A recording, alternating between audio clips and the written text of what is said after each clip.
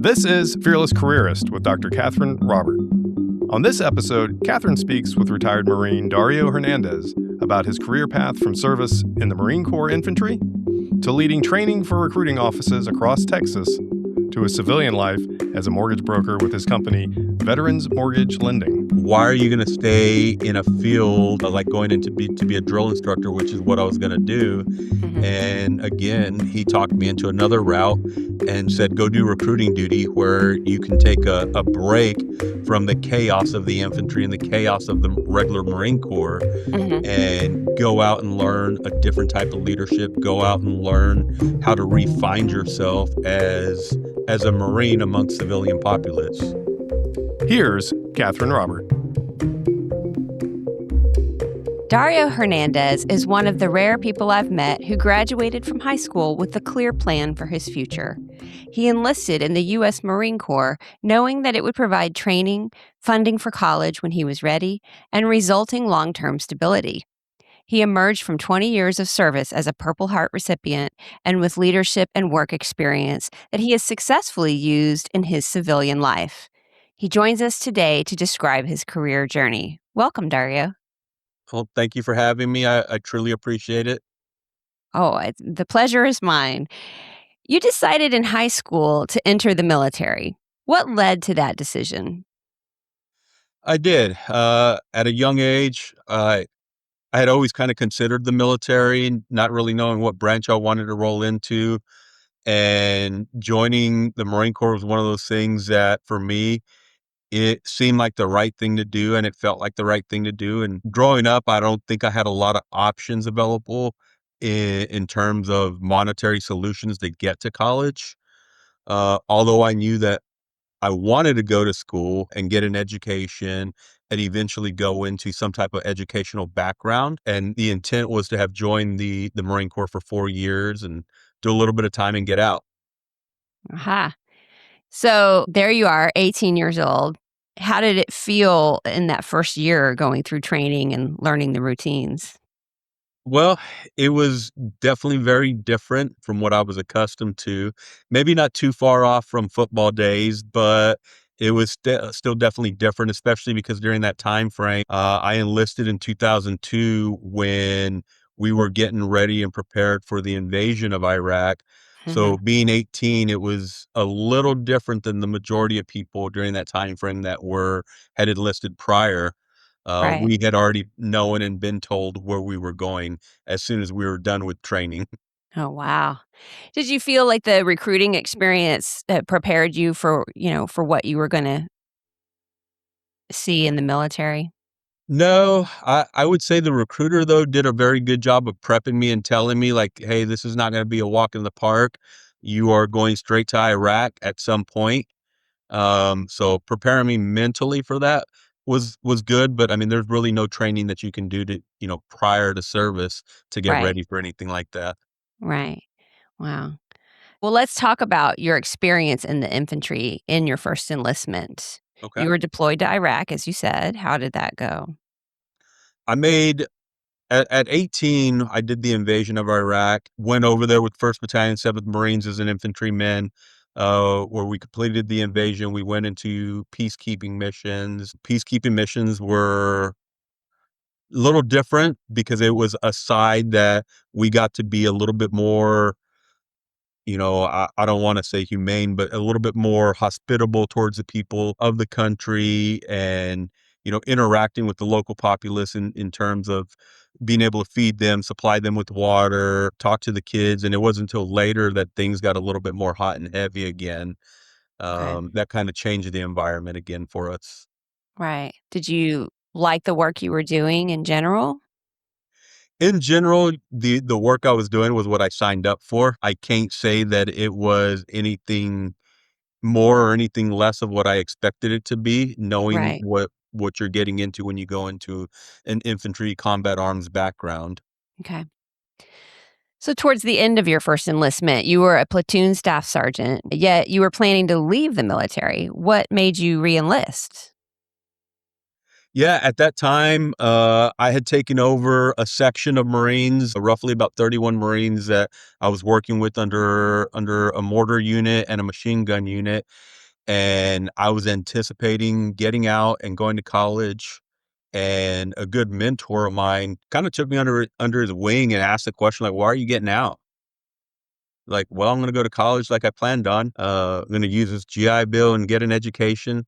It's like, "Well, do you still love the Marine Corps?" And it was a question that I sat on for a little bit. It's like, "I actually do." It's like, "Do you have regrets?" It's like, "No." It's like, "I don't have any regrets. I enjoy the job. I enjoy the uniform." It's like, "Well, why not stay in uniform, continue doing what you love, and get your education simultaneously?" Right. And, for him to put it into perspective was one of those things, well, can I really get my education while being in the Marine Corps? And it was something that's like, it's doable. You just got to work harder for it. Right. Right. All right. So you were assigned to recruiting in Odessa. Was that a radical shift in your daily life? It really was a big shift because part of that conversation that I had with my mentor was, why are you going to get out? But the other side of it was, why are you going to stay in a field like going into to be a drill instructor, which is what I was going to do. Hmm. And again, he talked me into another route and said, go do recruiting duty where you can take a break from the chaos of the infantry and the chaos of the regular Marine Corps Hmm. and go out and learn a different type of leadership, go out and learn how to refine yourself as a Marine amongst civilian populace. Oh, wow. That's very helpful. What did you think of working in an office? It was different. A lot of my buddies gave me a lot about it, an earful for sure. And it was usually like, how are you going from being combat arms, running machine gun units, running search and rescue units, running, mortar units? These are things that I've done throughout my infantry career. Yeah. And now going over to work behind a desk and shake hands, kiss babies, and be nice to people. Like, we're not used to you being nice to people. All right. So you learned how to be nice to people? I definitely learned a different side of how to approach people, as opposed to a very direct approach that I would commonly take in the infantry. Yeah. I think I learned the phrase, is it left foot, kill foot, or is it right foot, Re- kill foot? your left foot. Left foot. Yeah. I've learned all kinds of phrases that are things that we never say as civilians. But yeah, it's a different way of talking, isn't it? It really is. But the trade-off was it was one of those things that was a lot more beneficial, and I found this out later when I went back to the infantry that having the ability to interact with people, from all different walks of life isn't always, the right way of going about it isn't always, that direct approach. Hmm. Sometimes it's that softer approach that gets a lot more accomplished. Hmm. So that was honestly one of the biggest things that I learned off of recruiting. Okay, awesome. So after that successful tour as a recruiter, you went back to the infantry. This meant leaving your home in Texas, relocating to Camp Pendleton, and then ultimately deploying back to Iraq. Were you married at this time? So on recruiting duty, I was single and I met a woman out there and moved her out to California with me. And I got Hmm. married, or we got married in California, uh, probably about a year prior to my first deployment back out there. Okay. And at that time frame, that's when I had taken over a search and rescue unit. We call it TRAP in the military, in the Marine Corps, Tactical Recovery of Air Personnel. And Hmm. it's really waiting on planes to go down in foreign countries to go search for them. Right. So yes, I got back to the infantry and got married. And then we had our first child as I was getting ready to deploy. Oh, wow. Oh, were you there for the birth? I was not. Oh, gosh. What a sacrifice. Yeah, it was definitely a different type of deployment and a different feeling having, a wife and kid on the way, Hmm. this time around.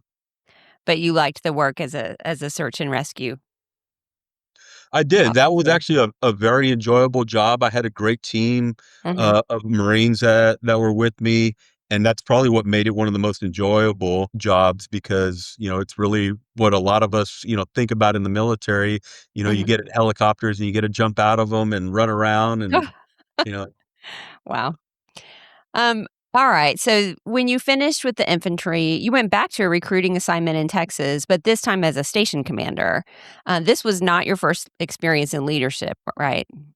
no, it wasn't. So I was a platoon sergeant whenever I took over. So at that time frame in the infantry, I went to having about 72 Marines underneath me, which is a lot of Marines to have. So I left there and I went back to recruiting duty.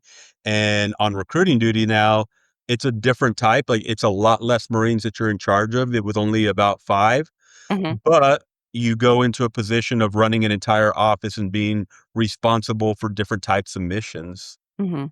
Mhm. Did you make any early leadership mistakes? I think you mentioned that you led a mortar squad in your first deployment.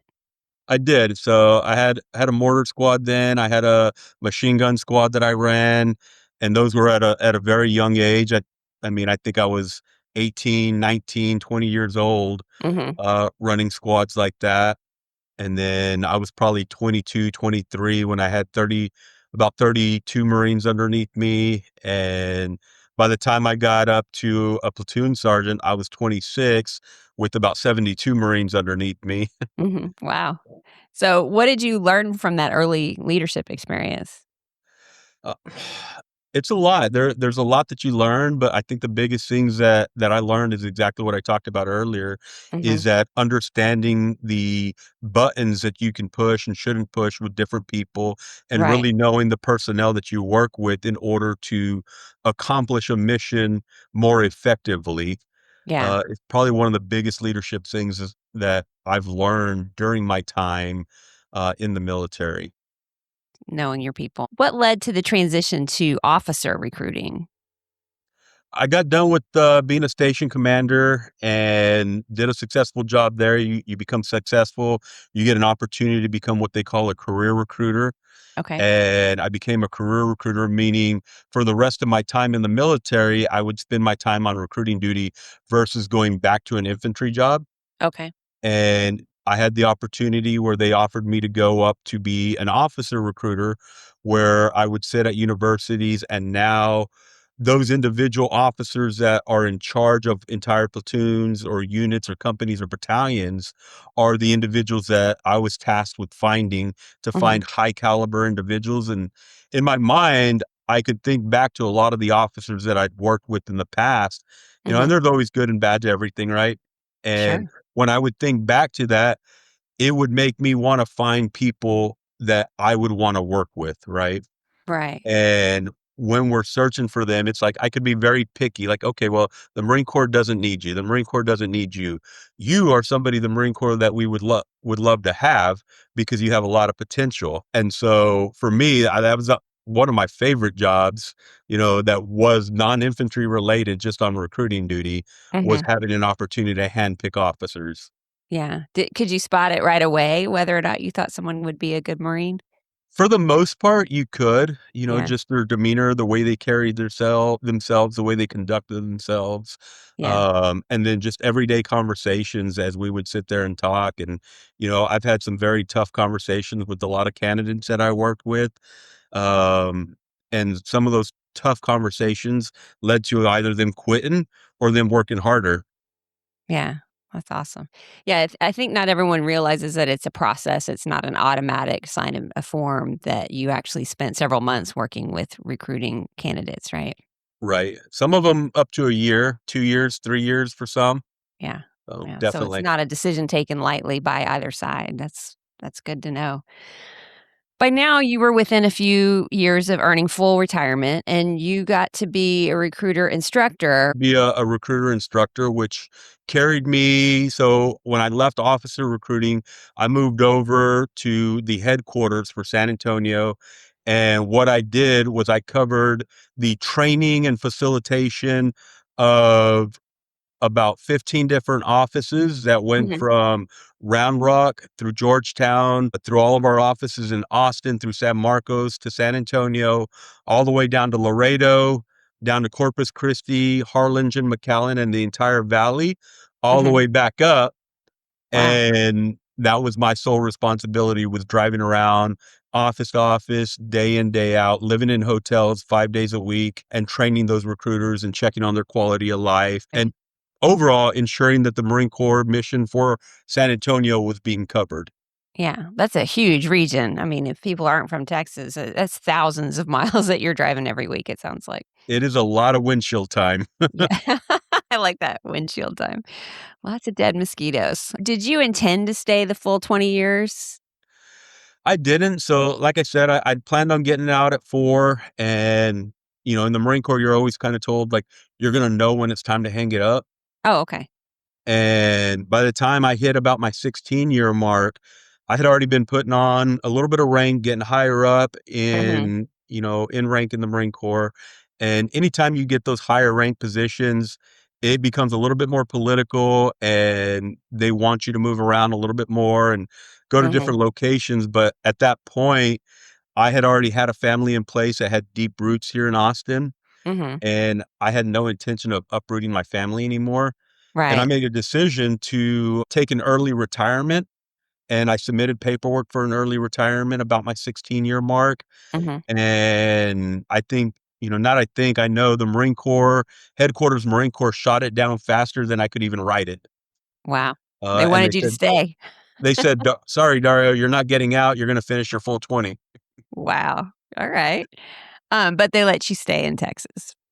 They did. So, I mean, we had a lot of very long, very heated conversations with, a lot of individuals that I really respect at the professional level, Yeah. and I could understand why they wanted me to move and the reasons behind it. Yeah. But my reasons for me were just too deep of a thing that I no longer aligned with what the Marine Corps wanted from me. And it was a decision that I'd rather get out than realign with what they want. Right. Well, nonetheless, you were aligned for a pretty long time. So you're Yeah. ready to leave your steady job of 20 years. Your initial plan was to enjoy retirement and take care of family, right?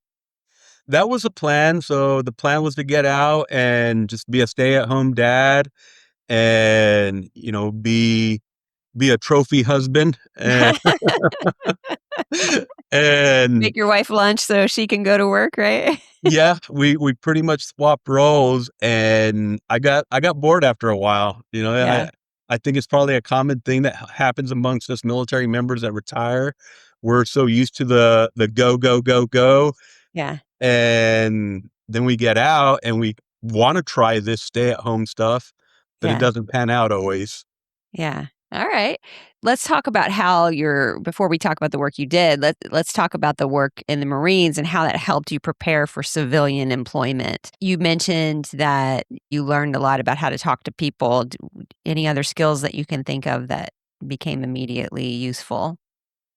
I think just really, one, the people skills that I learned from recruiting duty, because every day it's being out there on recruiting duty, networking, getting to know the people in your Mhm. area, understanding the locals, understanding what people want is probably the most important part. Because that's what recruiting's about. Recruiting's about understanding the needs, the wants, and the desires of an individual, and then showing them how you can cater to that and what you can do for them. Right. And I think that was a very valuable skill set that I learned on recruiting duty. But Yeah. even more so, just the overall arching theme of being in leadership roles in the Marine Corps Mhm. was understanding your people to a deeper level.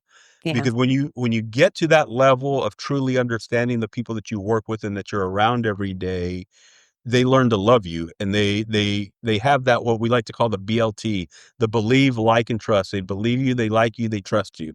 Oh. Yeah, that's good. All right. You're getting bored. Did you know what kind of work you wanted to do next? I had no clue. I knew that I was really good on the recruiting side. Right. So, like, I'm probably gonna go into some type of recruiting, and that was kind of where I started looking towards when Yeah. I was thinking about going back into the workforce. Okay. And what led to you working as a mortgage officer? So great question. Mortgages was definitely something that was not on my mind. By nature of my wife being in the business, she is extremely successful in this business. Mhm. She had her own team already kind of going, and her big boss is kind of was talking one day. She's like, "Dario, you done being a bum?" Like, I'm not really a bum. Like, I've got a pension, I've got disability pay. Like, I wake up every day and I make a paycheck. She's like, "No, you're a bum." But I got the And kids ready for school. We got the doctor appointment later today. yeah, it's like, I got Made things going on. dinner. I got kids to pick up, kids to drop off, Yeah. I've got a nap to take later. Not A really a well-earned bum. nap too. Gosh darn it. All right, so you went what did you think of doing that work? It's good because after we talked and she's like, "Dario, just go get your mortgage license. If you pass your test, come work for us and, just cater to VA, do what you wanna do." Yeah. And when I got to thinking about it, the perspective of her questions were like, "Do you miss Marines? Do you miss being around them? Do you miss talking to them?" I was like, "Of course I do."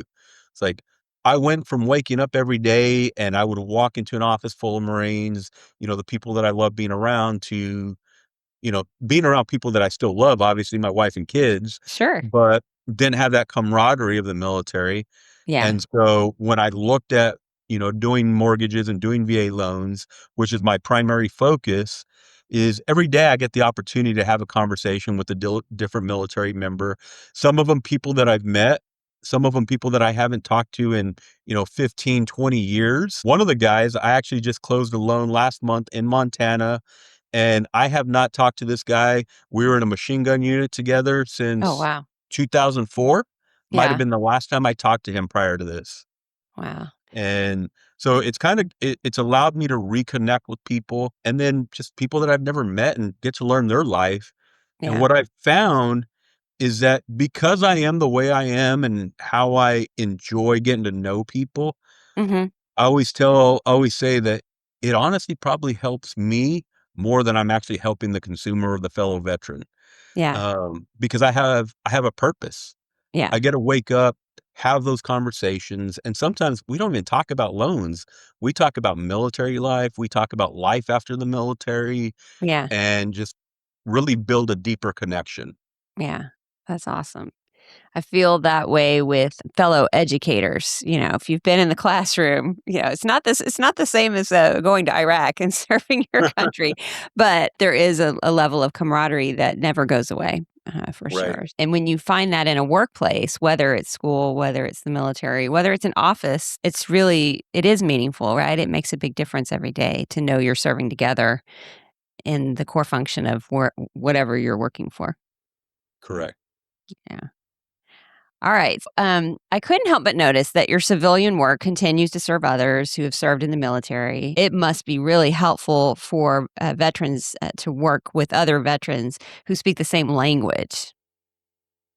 Yeah, I mean, that's probably one of the best parts about it, and some of my agents, referral agents or realtors that refer business to me, Hmm. they do it because they already know right off the bat that I'm gonna connect with them much more and in a different way than any other lender can, Hmm. because I've got that background Hmm. and they've seen it.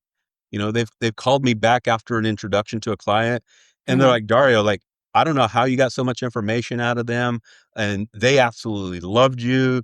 And it's not because I'm being any different than who Right. I really am. It's just we have that opportunity that, we have never met, and we were probably in different services, but our paths cross some way, somehow. We Hmm. start putting time frames together of when they were overseas, and it's like, "Oh, I know that person," or "I was there around the same time," and, Yeah. you know Oh, that's so cool. And now you and your wife have launched your own mortgage broker firm. Tell me more about the services that you offer.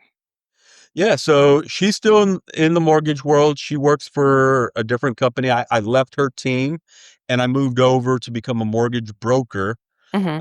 And as a broker, it just kind of gives me a little bit more variety of options that I can offer to clients. Right. So where we move away from, not move away, we're still doing them. I can still do them, but you have your standard, FHA, VA, conventional USDA loan that everybody offers.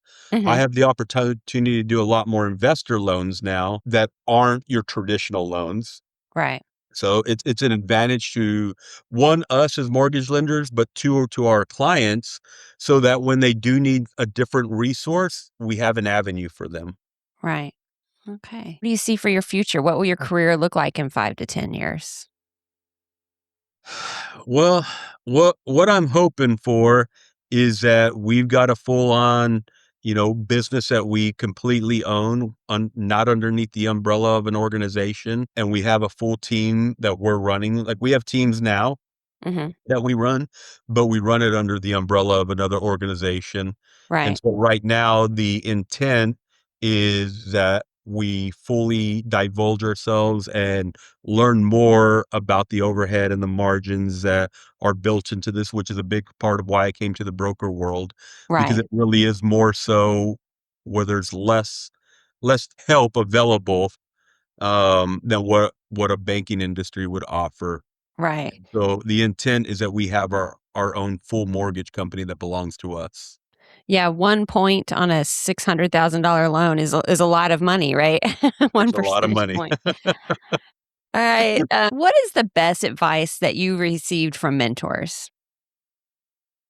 Probably the best advice that I receive from mentors is, I don't know, I get this question a lot, and I'm sure my answer probably changes a lot because there's just been so much good advice over the years. But two things probably come to mind is, number one is never take no for an answer. There's always a way to yes. Right. And if you can help somebody find that way to yes, then you're truly being a resource and a service to them, Hmm. right? And I find that to be very helpful in the mortgage world Hmm. because a lot of times clients are told, no, no, you can't get this loan. No, that's not available to you. You can't do that. Hmm. The better solution is not saying, no, you cannot. Let me help you find a way and put together a program that will get you to yes, Hmm. right? Hmm. And I think that applies in life in general, because I have this same conversation with my daughter when she's like, "Oh, it's too hard. It's too difficult. I don't know if I can do it." Well, let's figure out how we get there, Right. right? Right. Uh, Um, and I know you trained your recruits on how to get there, right? How to prepare. I mean, there's even a physical training program, right? there is a physical training program that we would put our applicants through, our candidates through, and I probably put my body in more pain training candidates than I ever have in my career. Oh, wow. Because the expectation of the bar is a lot higher, right? Right. And those expectations of our officers is one of those things that I did not take lightly, and so Yeah. that training is very intense. Wow. All right. Speaking of that, you did sacrifice a great deal by serving in the military. Your physical safety, your family life, when your children were babies. Was it worth it? Another great question. Sometimes I say yes, sometimes I say no. When I look at my property tax bill, I'm like, "Okay, this is nice, I don't pay property taxes." Awesome.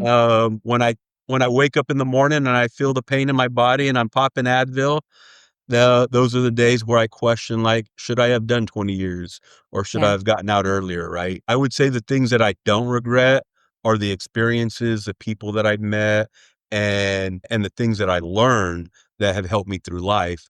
100% do not regret any of that. Hmm. Now, the body aches, yes, I regret those. Yeah. Of course. All right. Last question. And this connects to what you were saying about what you tell your daughter now. What advice would you give to teenagers as they're planning for their future? The advice that I give my daughter is probably very similar to what I used to give applicants when they'd come into an office and they'd want to talk and they'd want to figure out whether the military is for them. I Mm. always say, don't say no, right? It's always a maybe, always an option. Explore your options, figure out what best suits you because not everybody's suited for college. Hmm. And even those suited for college still don't even pursue their dreams of what they want to do. Right. And at a young age, most of us don't know what we wanna do. Some of us do. I did. I knew it. And I don't know if it's that I wanted to or I had to join the military for money. That was more of what pushed me to saying that's what I want to do. Right, right. But most young people do not know what they want to do Mhm. until they're sometimes in their high 20s, their late 20s is when they really learn I what think they I want to was do. I think I was in my 30s, 40s before I had any sort of clarity at all. Yeah, I mean, because, and I tell my daughter, I was like, "Darling, go enjoy life, love what you're doing for the time frame, and when you Mhm. stop loving it, figure out something else that you can love." Right. Because you're probably gonna have 10, 15 jobs before you truly figure out what you really wanna do in life, and for her as a competitive gymnast, she's like, "Dad, I wanna go to college, and I wanna go to the NCAA and compete at that level." It's like, "Okay, well, what do you wanna do after college?" Because, being a gymnast isn't gonna be your career, even if you're fortunate enough to make it to the Olympics, that's not gonna Mhm. be your career. Mhm. Well, I wanna be a cosmetologist. Okay. Well, I wanna do this and I wanna do this. And, those things change monthly, weekly, yearly, Yeah. depending on the friends that she's hanging out with. Sure. Sure. And so I would say if there's something that they wanna do, and my advice to her is like, if you even remotely think that it's something that you wanna do, go explore it. Get the Yeah. certificate, get the education behind it, hold the certificate, even if you never use it, just hold it Right. because you may wanna go back to it. Yeah. That's great advice. Dario Hernandez, it has been a true pleasure having you as my guest. Thank you for your service, your continued service to veterans, and for sharing today. No, absolutely. Thank you. I appreciate you so much. To contact Dario for his mortgage brokerage services, see the link in our show notes. I'm so excited you're here. And remember, you're not alone on your career journey. Together, we can share our stories, move boldly into that perfect job, and we can light the path for our future fearless careerists. I'm Catherine Robert, and I can't wait to hear your story. Fearless Careerist is available on Spotify, iTunes, and YouTube. Subscribe there or visit us at catherinerobertedd.com.